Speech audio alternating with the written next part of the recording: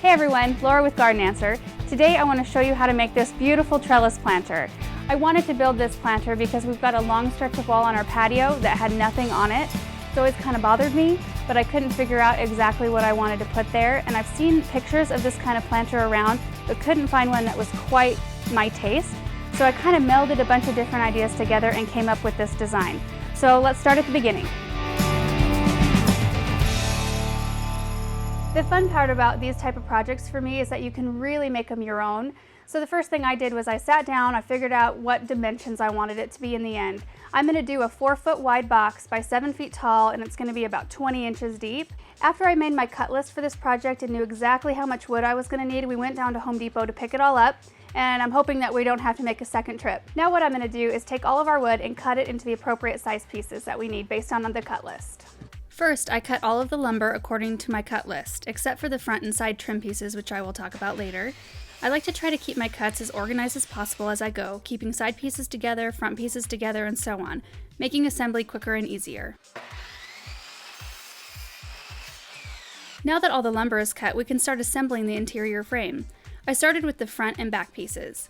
For the front, clamp one of the long boards to your work surface. Align the shorter board to the center and drill two 1/8 inch pilot holes diagonally from the shorter board into the longer board, then secure with 2.5 inch screws. Unclamp, flip it around, and attach the other long board. It should look like a giant H. Repeat these steps with the back pieces, keeping in mind that the back piece will be shorter to accommodate the 4x4 posts later on. We'll build the sides next. Using the 3 shorter pieces, I clamp the long one down to the work surface. Align the shorter boards flush to the ends of the long one. I drilled pilot holes and fastened with screws the same way we did before. It will resemble a giant C. Next, we need to put all the assembled pieces together. It was easiest with the 4x4s lying on the ground. I attached the side pieces to the 4x4s, then attached the back piece and the front piece. I had help to flip the whole frame up, so I could attach the floorboards, 5 on each side of the center support boards.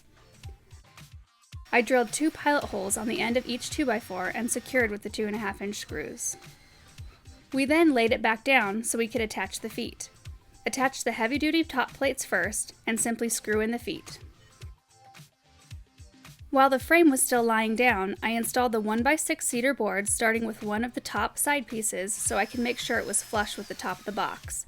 I attached the other top side piece, then the front piece. I continued in this pattern until I reached the bottom. The bottom boards will hang over the bottom of the frame just slightly, which is what you want. Get help to lift the planter upright and install the back pieces. Next, I held up the lattice to see if it needed to be cut to fit. It was a little wide, so I used a jigsaw to cut it to size. I really wanted the top to be curved, so we laid the lattice on the ground and my helpful husband Aaron held a flexible piece of trim in an arc on the trellis so I could trace how I wanted it cut. I used the jigsaw again to cut it into an arc. It was a little tricky attaching the trim to the top of the curved lattice. We tried small nails and screws, but ended up using wood glue wherever the lattice met the trim. While I held them tight, wiping any excess glue, Aaron wired each joint. We left the wires on overnight so that the glue had ample time to dry. I left the lattice alone to dry for a bit and installed the finials to the top of the 4x4 posts with wood glue, making sure to wipe any excess glue off. Aaron held the lattice up to the back of the post and I used several small nails to attach it. I remeasured the front of the box and cut the board with 45-degree angles on both ends. Line up all the boards, drill pilot holes, and attach with 2.5 inch screws. Hey guys, it's day 2 of this building project. As you can see, we have our almost finished product here. We threw in the towel yesterday when we started to lose light. It was a little over 100 degrees and that was really tough to build in yesterday. So all we need to do today is release the wire that we clamped down the trim with yesterday, the second to last step I believe. We're going to stain the whole thing and then we're going to plant it up and it'll be done. You'll remember yesterday that we used wood glue to attach this piece of trim to the top of the trellis, and then we used little pieces of wire along the length of the trellis to keep it attached until it dried. So I'm going to go ahead and cut off all of the wire pieces and hope that the trim stays on.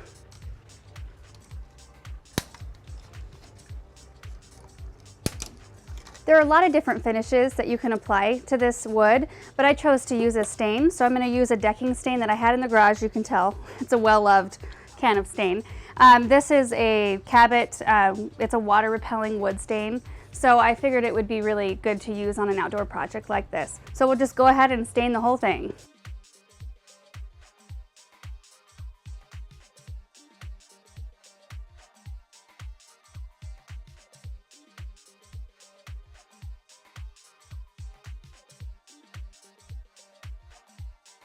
So we just got it all stained, and I'm liking it. I know now that lattice is a total pain to stain. I really like to start with stain because it's easy to kind of modify later. You can go darker if you want to, or after living with it for a while you can decide if you want to paint it, but it's hard to go from paint back to wood, so stain's the way to go in the beginning for me. We're almost done. We have 2 more steps to go. First we have to line the inside of the box before we can plant. So I've got my staple gun here. And then I just had this piece of, it's kind of like a tarp laying around.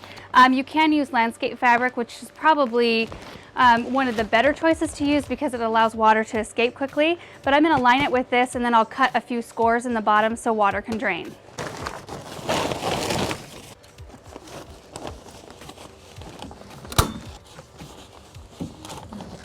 I'm just going to cut all the excess off here.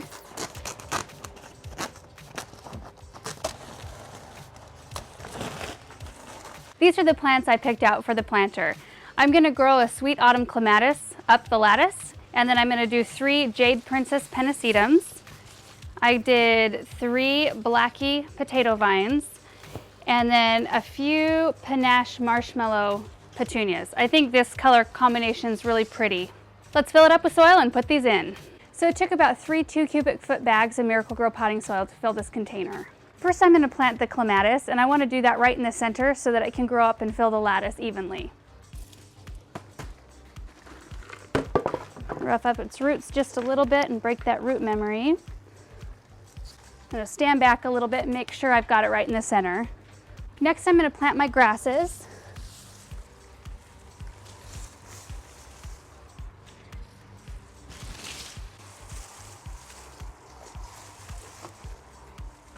And then the potato vines.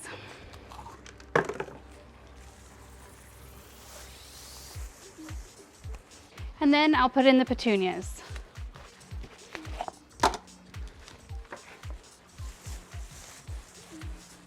So there you have it, all done. And I'm loving what it's doing for this wall. It totally softens the appearance of it. I also think it would work great as a privacy planter if you don't have a fence between you and the neighbors.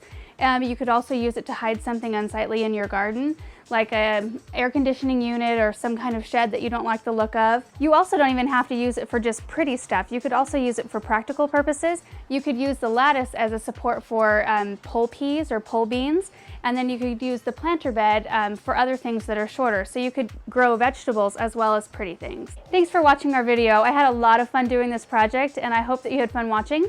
There is a link to the plans for this project in the description below. Subscribe if you want to see more. Bye!